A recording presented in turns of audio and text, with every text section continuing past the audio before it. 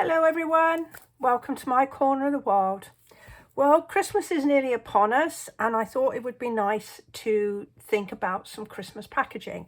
So I have made this little box which I thought is a perfect size if you were perhaps going to gift maybe a pair of gloves or a scarf, something, you know, something small that would, this sort of extra packaging would just add a little extra sparkle for Christmas. So the box size is 6 3/4 by 5. Yeah, 5 in this direction. And we've got a nice little tag, and then it opens like this, and it's a strong box because it's actually, the edges are reinforced along the side here. It's easier to see it on the lid, so it will have a, you know, a bit more strength to it for opening and putting your goodies in. So I've decided that I would use this lovely paper pack. Now this is called Boughs of Holly, and it's got lots of lovely Christmassy themed papers in it, in lovely Christmas colours, traditional red, green, and white. But on the back of each of these is a more sort of general pattern. So if you've got some left after you've finished all your Christmas projects, you could still go ahead and use the other side. And I think this one, looking at this one, this would make a really good guy card. I like that one very much. And then we've got some sort of smooshed up greens, and then the other side of this one is sort of is smooshed up reds, and it's got a very subtle polka dot in it, which is quite nice. So as I say, great paper for Christmas, great paper for other occasions. Now I'm using a different pattern for this box. So this is again another of those patterns, and it's got really quite wild reds and greens on the back there. And then my box base is going to be made of card, and I've chosen one of the colours out of the paper, which is, I've chosen to use the Evening Evergreen card. Now you can see that I've already done a little bit of prep ahead of time on this one to save some time, but both pieces are cut at 8 3/8, sorry, that way, and 10 1/4 that way. And the box base I have scored at 5/8 all the way round here, and then inside I've a 1 3/4, so 1 3/4 from the edge here, again on all five sides. I don't know what sort of box I'm making. The other 4 sides, all 4 sides.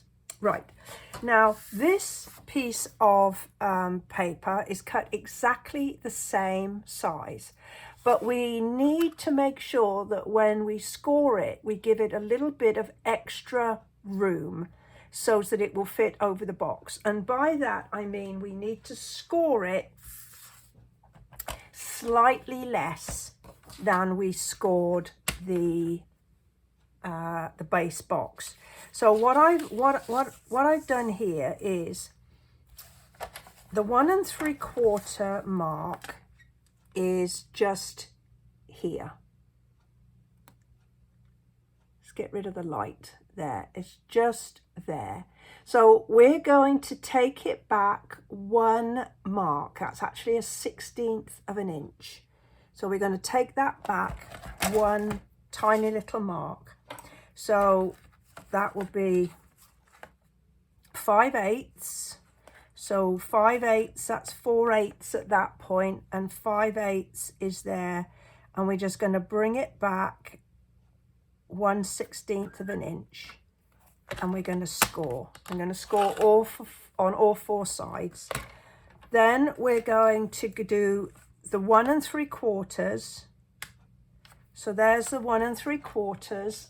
Let me try and pick this up. There, 1 3/4 there. And we're just going to drop it back 1/16 of an inch. Okay. And it's what I call a scant 16th. So we just want to make sure that the little line is covered up when you score. All right. And so basically that will give us just under 1/8 of an inch all round in size. Okay. Then we're going to cut some of our pieces out. Now I'm going to pop in some score of my score lines like this, and I'm going to be cutting out on each corner. I'm going to be cutting this one here and this one here and this one there, and then these are my tabs. They're the bit that are going to fold round to actually make the box. So we're going to lose this one, this tiny corner and here, and then this is going to be our tab. And you can always do the same as me, is to just write on it, because then when it comes to it, then maybe it'll be less likely that you cut the wrong piece. So 3 corners and the tab. So there we have, there's going to be our tab. Lose that piece, lose this little square and that. So I'm going to quickly do that while I show you what we're doing here. And I'm also just going to take a little notch out of these side pieces, because then that will allow me to build a better box. There'll be less card that I'll be trying to cram into a corner.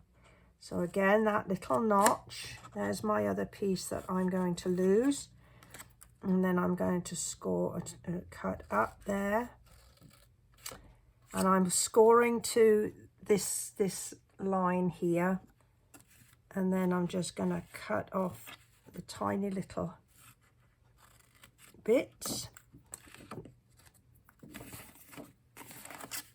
Again, I'm going to do this corner and then cut off that square and that little rectangle.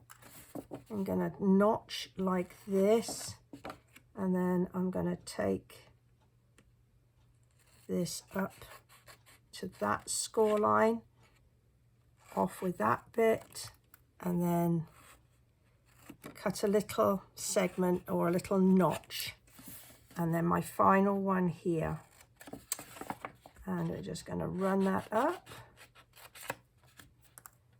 I'm going to take that piece out,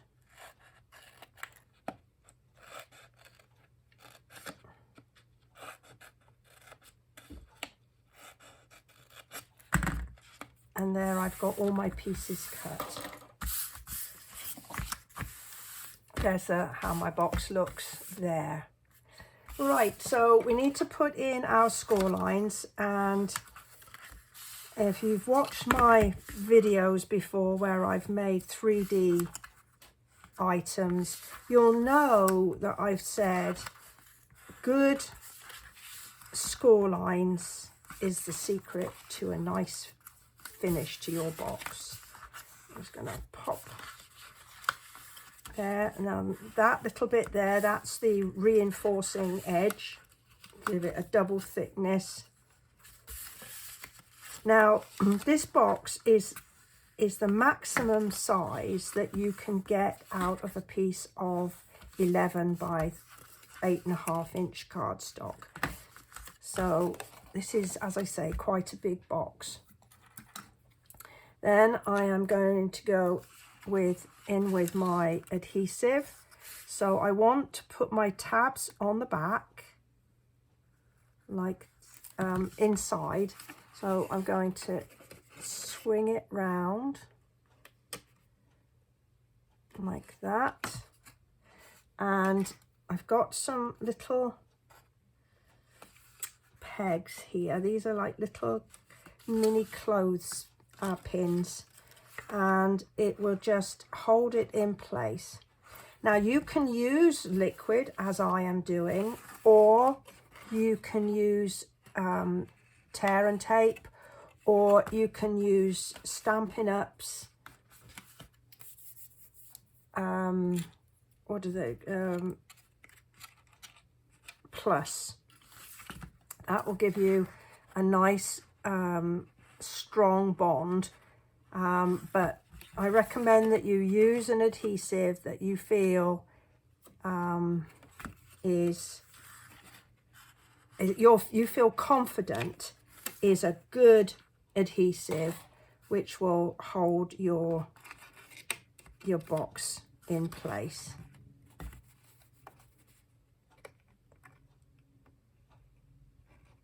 Because that's the last thing you want, is for it to fall apart when you give it as part of your gift. So this one I'm going to just leave to one side just to let those little bits set up, and then I'm going to do my box base. Now there's a lot of discussion about should you fold in on the sort of mountain side of your score, or should you fold in on the valley side of your score.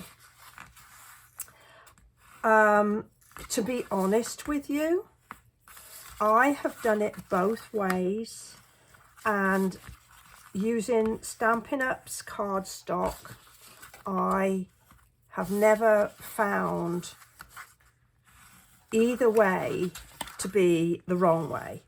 So for me, when I use my folds, I usually fold into the mountain here. So this was the side I actually put my score blade down, and so I fold in along with it. Others, you may have a stronger view on it than I do. I would only say that I trust Stampin' Up's cardstock. I can't speak for any other manufacturer. So you would just experiment.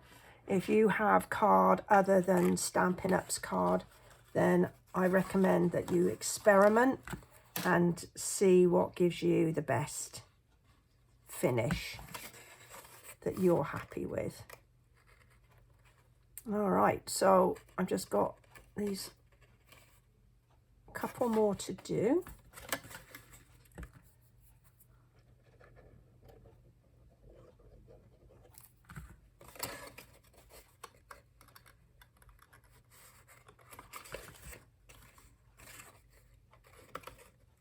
So I'm just making sure that my fold here matches up with my cut line there. I think I'm going to go ahead and just pop a little tag or a little peggy thing on there to just hold it in place. I just want to make sure that it doesn't move while I do my last little bit of sticking. I got one more to do here. I prefer to use liquid adhesive. I find it works better for me. If I would use an alternative, it would be the tear and tape. Those are my sort of go-to adhesives. Okay, so there's my base. So I'm now going to go back to my cover, and I'm going to again use my adhesive, and I'm just going to lay some down along here and tuck that inside. And I'm going to get my bone folder, and I'm going to really press really hard to make sure that that adhesive sort of smooshes around in the under that paper, but also it gives a really good hard press to make sure that that piece is well and truly stuck down. So down we go again. And again, I'm just going to really press firm. And side number 3. And again, if you want to use an alternate adhesive, you can use that for this part as well. Just make sure that it's as I say, an adhesive that you trust.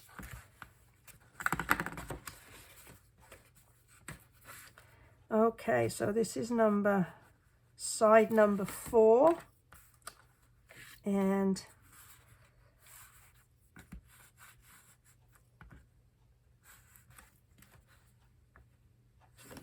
I can see that I was a little bit heavy-handed with my adhesive there, so I'm just going to take that out just to make sure that it doesn't interfere when I come to put my box together and start sticking down something that I don't want to stick down. Okay, so that's my lid finished. And so we've just got the last little piece of my box. All right. So again, I'm going to pop some adhesive and pop that through. By doing this, having this sort of overlap, this lippy part here, as I say, it is strengthening the box, and also what it's doing is it's also this is hard to show you. Can you see it also covers the tab and makes it look a little bit more presentable. Right.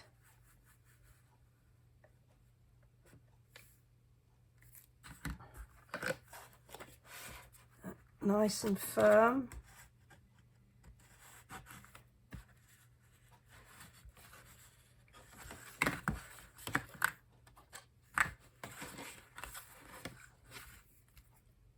And we just got a couple more to do.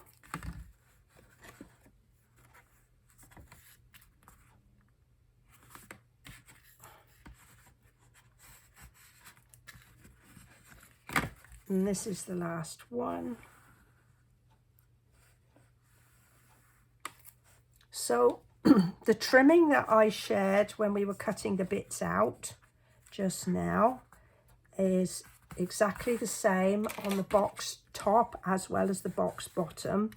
So you're going to sort of lose those 3 pieces in each corner and then just create a little tab rather.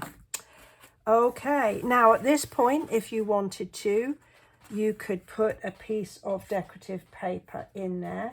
I don't think I've got a piece that's big enough. No, so my gift will cover the bottom of the box.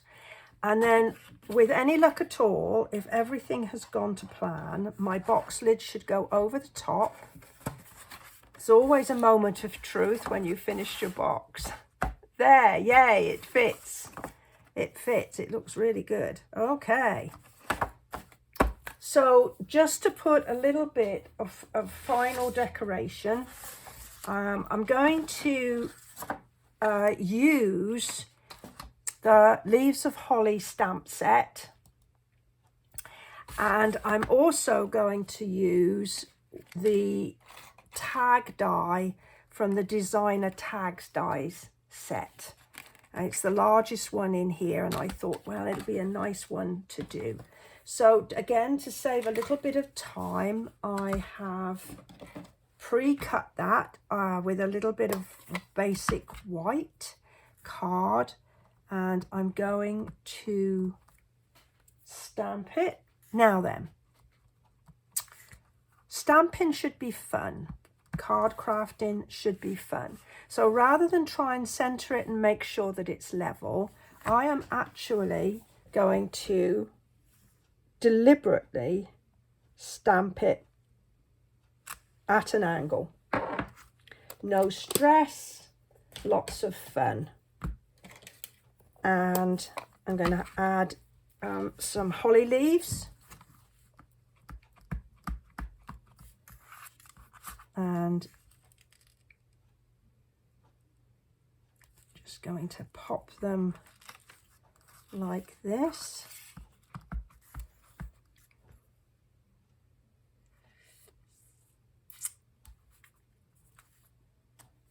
I think that's enough ink, and then we're going to add it to our box. Now I've got some real red ribbon here. This is a combo pack that I have, and I'm just going to thread it through the back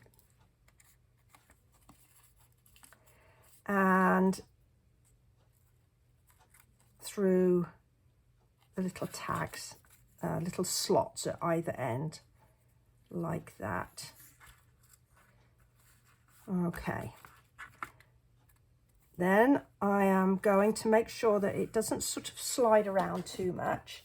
I've got some tape. This is just like parcel, not parcel tape. It's 3D Scotch tape. I knew it would come to me. And so I'm going to then take this end and I'm going to layer it back on itself so that it can't, the fold cannot be seen. And then I'm going to go with a bit more of my tape and then give that a good old press down with my tape, with my bone folder. Now I'm going to attach it to my parcel. And I'm just going to bring it up a little ways, just so I get a little bit folded over, and do a little bit of a trim like that. And now I want to sort of attach it so that it looks like it's sort of all one piece. So let me think the best way to do that, because I also want it to just slide off the box. So what I'm going to do, I think, is I'm going to just get a tiny, oh, I know, I'm going to get a glue dot. And we're going to pop a glue dot on here, just at that point. And then I'm going to place that so that my edges line up. And with any luck at all, if I use the other end of my pointy tool, it's this little spatula, I can just tuck it underneath like that. So my ribbon will still move, but that's all firmly locked in place. I think I'm just going to give that a good old rub, that little glue dot there. Now I'm going to attempt on screen, without the benefit of a safety net, a double bow. So wish me luck again. So we're going to go over, under, over, under. So we want two loops on each side. So those are my 2 loops. I'm going to snap that, and I'm going to bring that up between my 2 fingers there.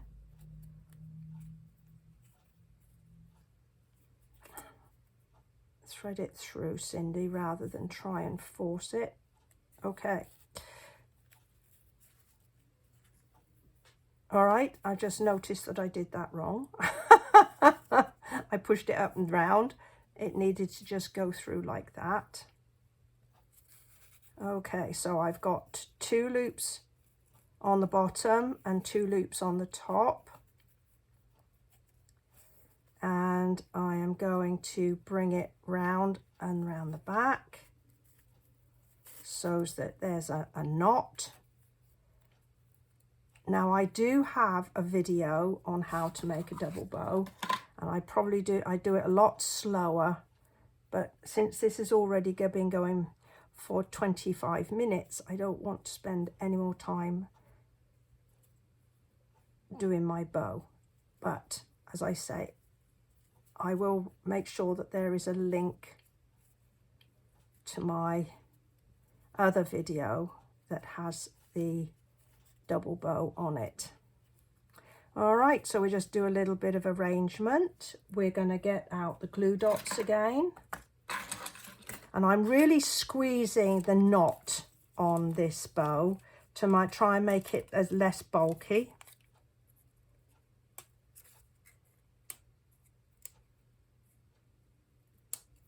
And I'm going to pop it on the side where I've got my join, like that.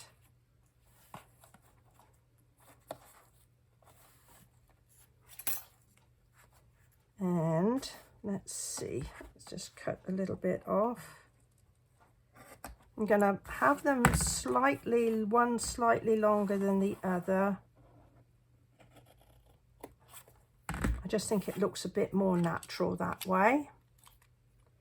And I'm going to add a little glue dot to just hold this one down,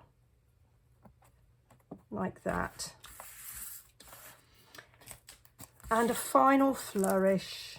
Since I've got holly berries on, holly leaves, I've got some red rhinestones here.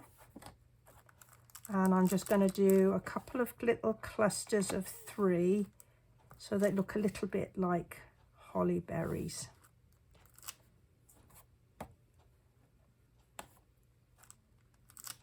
Okay, well, if you've enjoyed this video, perhaps you'll go ahead and give me a little thumbs up. If you don't already subscribe to my channel, perhaps you go ahead and do that. And I love to get comments. So if you have any comments, I would love to hear what you have to say.